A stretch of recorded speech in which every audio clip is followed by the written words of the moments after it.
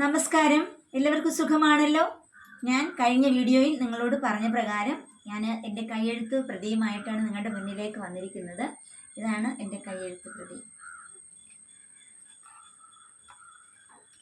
അപ്പോൾ നമുക്ക് ഇന്നത്തെ ക്ലാസ്സിലേക്ക് കടക്കാം. നാം ഇന്ന് നോക്കാൻ പോകുന്ന ബൈബിൾ ഭാഗം വിശുദ്ധ പൗലോസ് ശ്ലീഹ കൊറിന്തോസാർക്ക് എഴുതിയ 2-ാം ലേഖനം 12ഉം 13ഉം അധ്യായങ്ങളാണ്. അപ്പോൾ നമുക്ക് ഇന്നത്തെ ക്ലാസ്സിലേക്ക് കടക്കാം. ഒന്നാമത്തെ ചോദ്യം: വെളിപാടുകളുടെ ആധിക്യത്താൽ ഞാൻ അധികം ആഹ്ലാദിക്കാതിരിക്കേണ്ടതിന് ശരീരത്തിൽ എനിക്ക് എന്ത് നൽകപ്പെട്ടിരിക്കുന്നുവെന്നാണ് പൗലോസ് പറയുന്നത്? ഉത്തരം: ഒരു മുള്ള്.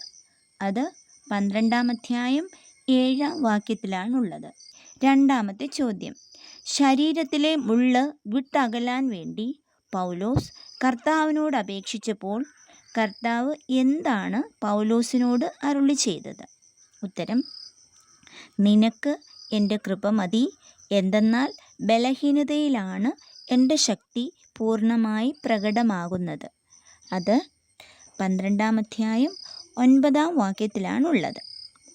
മൂന്നാമത്തെ ചോദ്യം: എന്തെന്നാൽ ബലഹീനനായിരിക്കുമ്പോഴാണ് ഞാൻ ശക്തനായിരിക്കുന്നത്.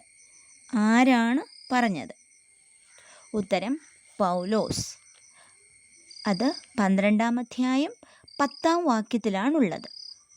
നാലാമത്തെ ചോദ്യം: മക്കൾ മാതാപിതാക്കൾക്ക് വേണ്ടിയല്ല സമ്പാദിക്കേണ്ടത്, പിന്നെ ആർക്കു വേണ്ടിയാണ് സമ്പാദിക്കേണ്ടത്? ഉത്തരം: മാതാപിതാക്കന്മാർ മക്കൾക്കു വേണ്ടി. അത് 12-ാം അധ്യായം 14-ാം വാക്യത്തിലാണുള്ളത്. അഞ്ചാമത്തെ ചോദ്യം: ആരെക്കുറിച്ച് വിലപിക്കേണ്ടി വരുമോ എന്നാണ് പൗലോസ് ഭയപ്പെടുന്നത്?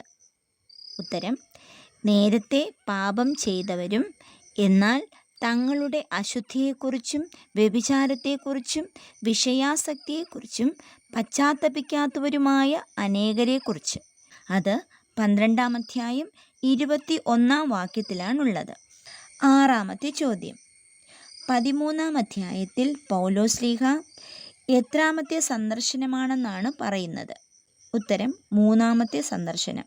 അത് 13-ാം അധ്യായം 1-ാം വാക്യത്തിലാണുള്ളത്. ഏഴാമത്തെ ചോദ്യം: പരീക്ഷയിൽ പരാജയപ്പെടാതിരിക്കാൻ എന്ത് ബോധ്യമാണ് വേണ്ടത്?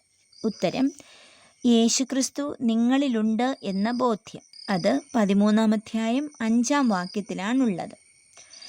എട്ടാമത്തെ ചോദ്യം: ഞങ്ങൾ പരീക്ഷയിൽ പരാജിതരായാലും നിങ്ങൾ എന്ത് പ്രവർത്തിക്കണമെന്നാണ് പൗലോസ് പറയുന്നത്?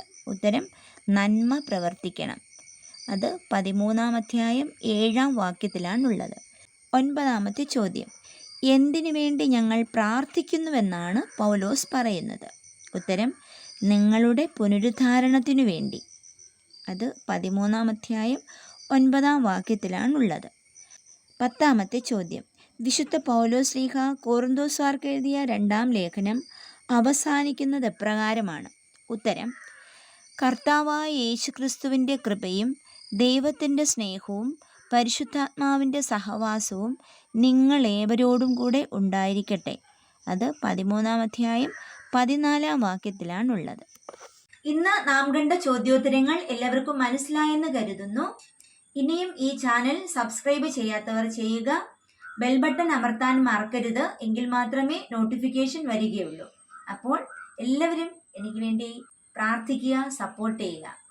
Thank you.